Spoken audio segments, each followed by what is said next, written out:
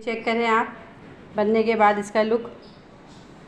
गरम गरम सा मज़ेदार सा पोए साग जो है झींगे के साथ बन के रेडी हो गया है। अस्सलामुअलैकुम वरहमतुल्लाहि वबरकातुहू। कैसे मेरी बहनें और मेरे भाई, आप सब उम्मीद करती हूँ खैरियत से होंगे।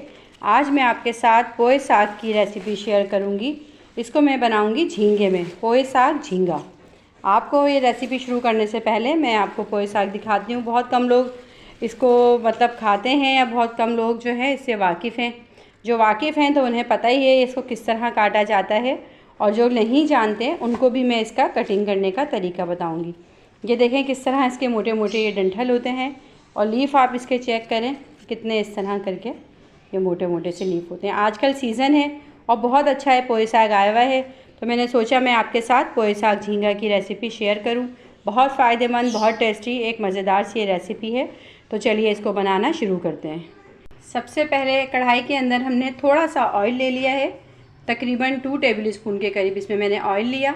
ऑयल गर्म हो जाएगा तो ये झींगे जो हैं ये धो के मैंने फ्रीज़ किए हुए थे। ठीक है, ये बहुत अच्छी तरह धुले हुए हैं। ये कोई वो नहीं है कि आप समझें कि धुले हुए नहीं हैं, ये फ्रीज़ हुए हुए हैं। तो इसे मैं ऑयल के अंदर डाल दूँगी। गरम ऑयल में मैंने ये झींगे डाल दिए। अब इसमें लहसुन अदरक का पेस्ट 1 टेबल स्पून डाल के, भर के 1 टेबल स्पून हम इसमें डालेंगे लहसुन अदरक का पेस्ट। अभी मैं चम्मच नहीं चलाऊंगी और इसको कवर करके रख देंगे जब तक ये अलग अलग नहीं हो जाते। झींगा अभी देखें अलग नहीं हुआ है, अभी इसका पानी नहीं छूटा, हमें इसे लहसुन अदरक में भूनना है। तो इसी टाइम के अंदर मैं इसके अंदर जो है साइडों में यहाँ ये टमाटर भी डाल देती हूँ कि टाइम भी हमारा बचे और टमाटर जो है साथ साथ झींगा पानी छोड़ता रहेगा, उसी के पानी में ये जो है टमाटर ये भी सॉफ्ट हो जाएंगे। अब मैं इसे कवर करके रखूँगी उस टाइम तक जब तक जो है ये झींगा अच्छे से अलग अलग नहीं हो जाता। इससे ये फ़ायदा होगा कि हमारा टाइम भी बचेगा और टमाटर भी साथ साथ गल जाएगा। अब हम आ जाते हैं पोहे साग की तरह कि इसको बनाना कैसे। ये देखें इसकी इस तरह लंबी लंबी डंडियाँ होती हैं, ठीक है, ये वैसे मोटी मोटी। अब हमने करना क्या है, ये जो इसकी जॉइंट है ना, जहाँ ये पत्ता इसी तरह करके ये पत्ते हम निकालेंगे, इसमें से अलग करके हम एक टोकरी में रखते जाएंगे। सारे पत्ते जो हैं इसके हमने यहाँ जड़ से तोड़ने हैं, बिल्कुल डंठल से ना।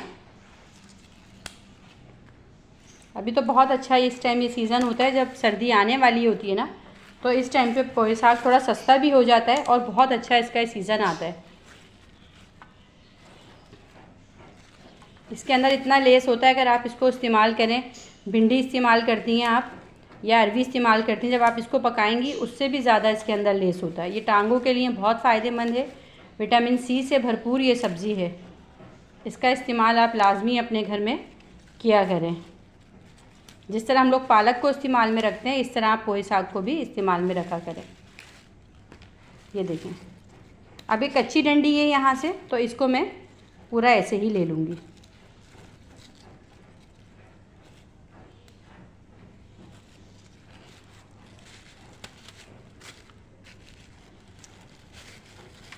देखें अब मैं आपको एक ये डंडी दिखा देती हूँ, ये इस तरह है, डंडी पूरी अलग हो गई। अब इस डंडी को छीलने का तरीका भी मैं आपको बताऊँगी।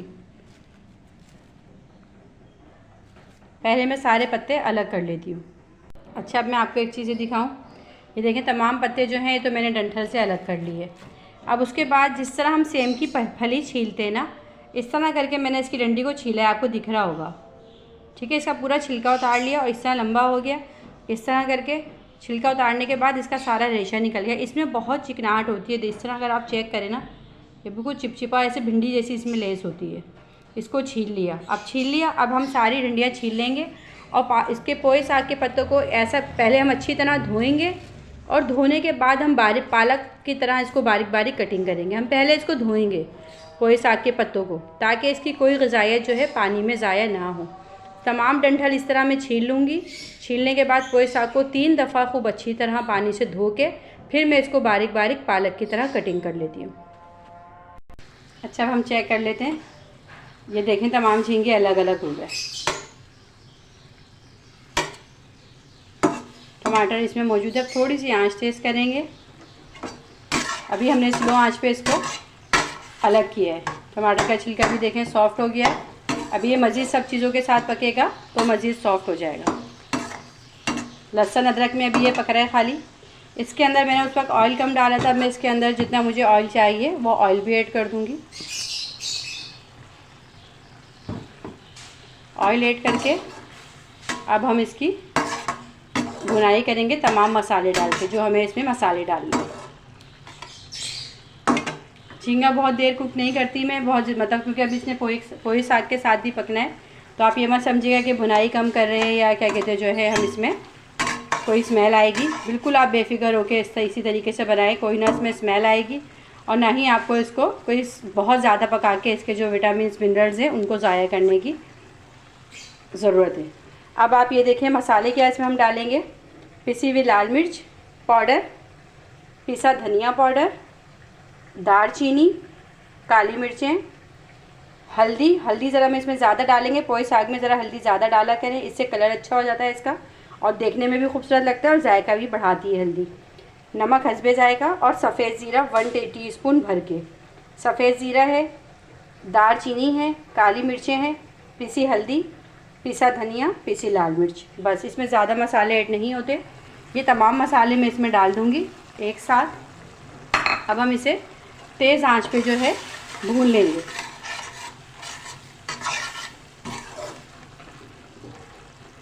एक तरफ मैंने पोहे साग को खूब अच्छे से धो के पालक की तरह कटिंग कर लिया है। ज़रा से इसकी भुनाई हो जाती है तो फिर हम इसमें पोहे साग ऐड करेंगे। अभी हम इसकी तेज़ आंच पे भुनाई कर लेंगे।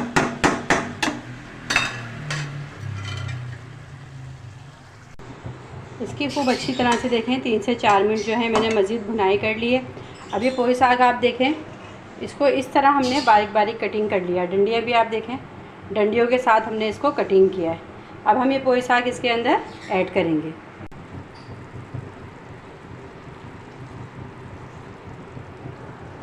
ऐसे हम इसमें नीचे नीचे सारा ये जो झींगा वगैरह है सब नीचे और ऊपर ऊपर हम पोहे साग की लेयर लगाते जाएंगे।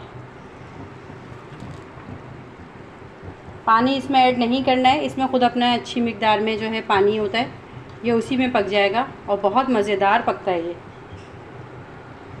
इसको बॉयल चावल के साथ आप ट्राई कीजिएगा। चपाती के साथ तो लगता ही अच्छा है, पर बॉयल चावल के साथ तो इसका क्या ही कहना। पूरा पोहे साग हमने इस पे ऐसे लेयर लगा दी। अब हम इसे कवर करके रख देंगे उस टाइम तक जब तक ये खूब अच्छे से इसकी भुनाई नहीं हो जाती। फिर मैं नेक्स्ट स्टेप आपको बताऊंगी कि इसमें मैं क्या ऐड करूँगी। चेक कर लेते हैं कि कितना पानी इसका ड्राई हो गया। आप ये चेक करें, मैंने झींगा अभी तक मिक्स नहीं किया है, इसके ऊपर आपको दिखाई भी नहीं दे रहा होगा। अब हम इसे खूब अच्छी तरह से मिक्स कर लेंगे। अब इसमें थोड़ा पानी बाकी है, इस स्टेज पे आके हम इसे मिक्स कर देंगे। कितना सा हो गया, मेरे पास 1.5 किलो था पोहे साग, और जब ये भून के तैयार होगा पक के तो ये 2 प्लेट रह जाएगा।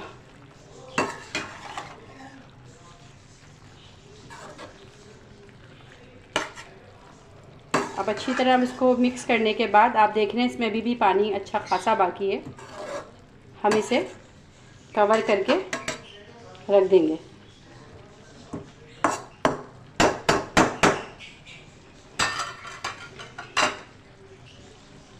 इसको कवर करने से पहले अब हम इसके अंदर, मैं एक चीज़ बताना भूल गई थी, साबुत गोल लाल मिर्चें हम ये ऐड कर देंगे। बस, अब हम इसे कवर करके फिर 10 से 5 मिनट के लिए रख देंगे चूल्हे पे। अब हम इसकी आंच तेज़ करके भुनाई करेंगे और इसका पानी खुश्क करेंगे। बहुत ज़्यादा हम पोहे साग को पकाएंगे नहीं, क्योंकि ये जल्दी गल जाता है। अगर हमने बहुत ज़्यादा पकाया तो उसकी ग़िज़ाइयत और टेस्ट दोनों वेस्ट हो जाएंगे। अब हमने चेक कैसे करना है कि गल गया है या नहीं गला, तो आपने इस तरह जो इसका डंठल डाला है ना, जिस तरह आप चावल का दाना चेक करती हैं, इस तरह इसको चेक करेंगे। देखें बिल्कुल छिलका अलग हो रहा है, एकदम नरम, इतना लेस होता है इसके अंदर, बिल्कुल भिंडी जैसा। बस आपने इस तरह चेक करना है, डंठल हाथ से टूट रहा है तो बस आपका पोहे साग बिल्कुल गल चुका है। अब हम इसकी खूब तेज़ आंच करके अच्छे से इसकी भुनाई करेंगे। भुनाई करते टाइम आप चाहें तो इसके अंदर 1 से 2 हरी मिर्चें भी ऐड कर लें। वैसे इसमें हरी मिर्च इतनी ज़्यादा ज़रूरी नहीं होती, बस एक अगर आप मिर्च तोड़ के खाना चाहें चावल के साथ तो आप इसमें ऐड कर सकती हैं। अब हम इसकी खूब अच्छी तरह भुनाई कर रहे हैं। अच्छा, अब देखिए इसको बहुत ज़्यादा मैं ड्राई नहीं करूँगी, इतनी भुनाई इसके लिए काफ़ी है क्योंकि हम इसे चावल से खाएंगे। आप चाहें तो इसको और मज़ीद भी इसको ड्राई कर सकती हैं, बिल्कुल खुश कर सकती हैं, पर मैं थोड़ा सा इसको सरसरा सा रखूँगी और इसके ऊपर इस स्टेज पे आके थोड़ा पिसा हुआ गरम मसाला डाल के अभी हम इसे दम पे रख देंगे। आँच अभी हमने स्लो नहीं की है, इसी फ्लेम के ऊपर अब हम इसे 2 से 3 मिनट दम पे रखेंगे। बस ये फिर खाने के लिए मज़ेदार सा हमारा पोई साग रेडी है। और आपको ये रेसिपी पसंद आए तो आप इस रेसिपी को लाइक, शेयर, सब्सक्राइब कीजिए। कमेंट्स बॉक्स में ज़रूर बताइए कि आपको ये रेसिपी कैसी लगी। और आप लोग ज़्यादा से ज़्यादा वीडियो अपने दोस्तों को, अपने रिश्तेदारों को शेयर कीजिए। नेक दुआओं के साथ, नेक तमन्नाओं के साथ मैं आपसे इजाज़त चाहूँगी। अल्लाह हाफिज़।